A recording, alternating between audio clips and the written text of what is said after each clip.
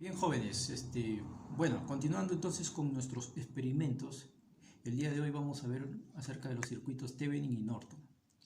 Bien, para ello vamos a trabajar con el siguiente circuito experimental. ¿Ya? Como tenemos aquí en la hojita, este circuito experimental vamos a trabajar tanto para Thevenin y para Norton.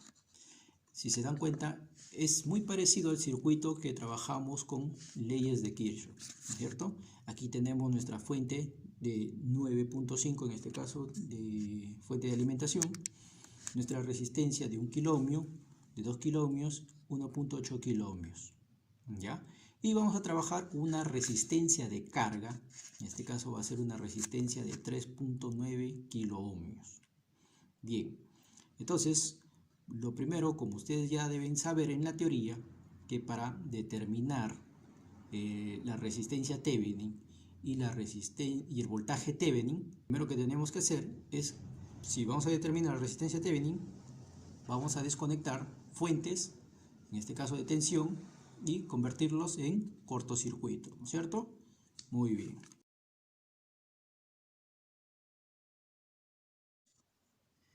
Bien, entonces para tomar nuestros datos del circuito experimental, vamos a determinar primero, o vamos a medir primero la resistencia Thevenin.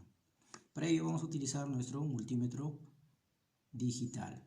¿Ya? Entonces vamos con el selector, vamos a colocar en opción ohmímetro,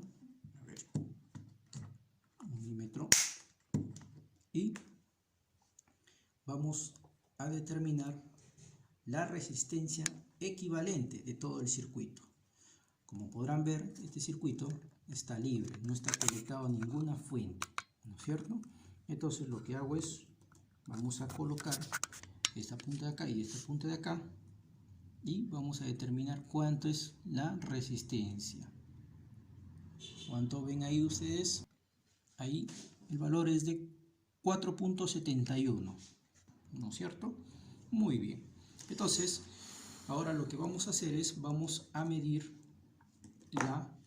el voltaje Thevenin. Para ello sí, vamos a conectar la fuente, nuestra fuente de alimentación, ¿no es cierto?, sobre el circuito experimental. ¿Ya? Y recuerden, vamos a cambiar con nuestro selector a voltaje en continuo. Y vamos a alimentar con nuestro transformador. Bien, para el voltaje, recuerden que el voltaje Thevenin en nuestro circuito experimental lo vamos a tomar en los puntos A y B, pero desconectado de la resistencia de carga. Acá, como podrán observar en el circuito, no tiene la resistencia de carga. Entonces, la caída de tensión de A y B va a estar dado justo en los extremos de la resistencia de 2 kiloohmios. O sea, si yo tomo, a ver, vamos acá, si yo tomo la caída de tensión entre este punto y este punto, podrán observar que es de 3.98, ¿no es así? 3.98. Muy bien, entonces ese sería nuestro voltaje Thevenin.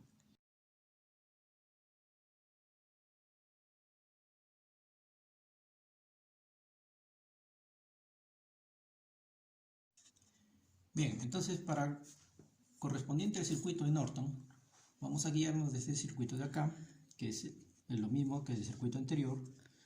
La diferencia es que para nosotros determinar la corriente Norton, colocamos un cable y vamos a medir cuánto es la corriente que circula por dicho cable. Y esa corriente que va a circular por dicho cable va a ser la corriente Norton.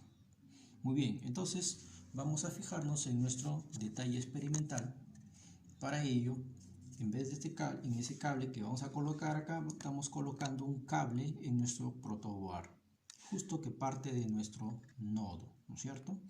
Y ese cable que coloca ahí lo vamos a conectar a nuestro instrumento, que es el amperímetro.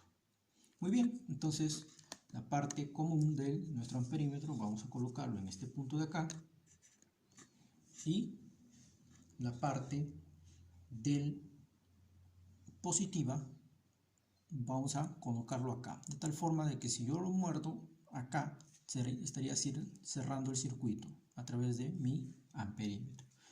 Pero vamos a alimentar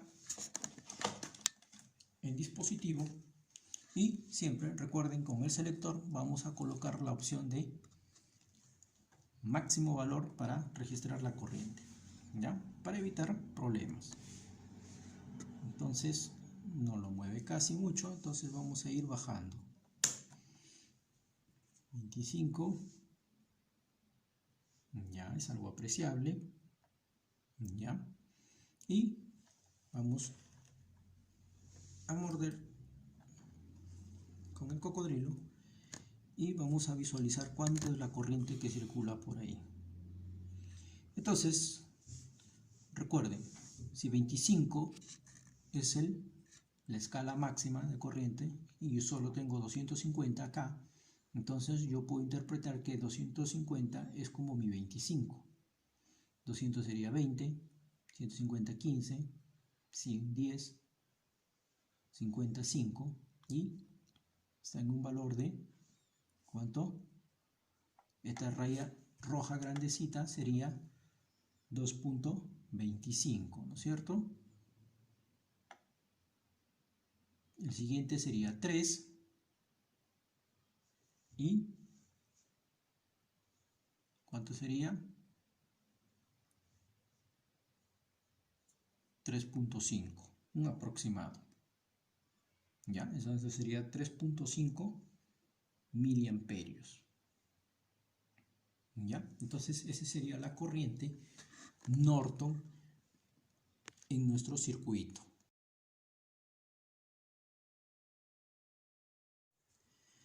Bien, ahora vamos a tomar los datos para la que es con la resistencia de carga en el circuito instalado. Bien, vamos a medir cuánta es la caída de tensión sobre la resistencia de carga y a la vez también vamos a medir cuánta es la corriente que circula por dicha resistencia. Para ello vamos a utilizar otra vez nuestro multímetro digital. Vamos a colocar en la opción de voltaje y vamos a determinar cuánta es la caída de tensión justo sobre nuestra resistencia de carga. En este caso estamos utilizando una resistencia de 3.9 kiloohmios.